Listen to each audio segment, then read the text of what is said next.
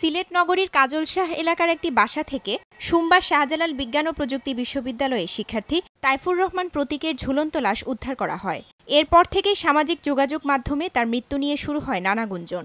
শিক্ষকদের রাজনীতির শিকার হয়েই আত্মহননের পথ বেছে নিয়েছেন অনার্সে প্রথম শ্রেণীতে প্রথম হওয়া প্রতীক, এমন অভিযোগ তোলেন অনেকে।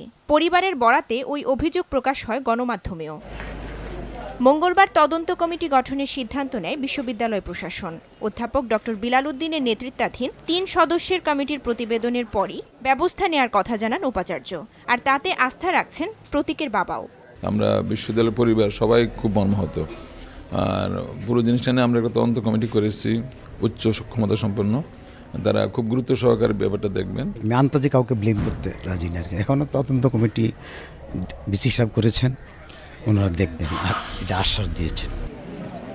মঙ্গলবার সিলেটের ওসমানী মেডিকেল কলেজ হাসপাতালে প্রতীকের মরদেহের ময়নাতদন্ত সম্পন্ন হয়। পরে পুলিশ ও বিশ্ববিদ্যালয় প্রশাসনের উপস্থিতিতে লাশ পরিবারের কাছে হস্তান্তর করে হাসপাতাল কর্তৃপক্ষ। তার মোবাইল আমরা চেক করেছি, এটা আমরা পরবর্তীতে তদন্ত করে দেখব এটা অন্য কোনো ব্যাপার আছে কিনা। তার পরিবার সদস্যরা এসেছিলেন, কিন্তু স্পেসিফিকলি কোনো তারা অভিযোগ করেননি। তারা আইনানুগভাবে যেটা বের হয় সেটাই মেনে নেবেন।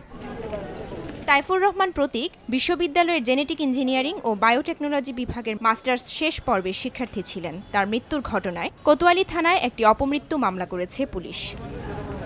সময় সংবাদ, সিলেট।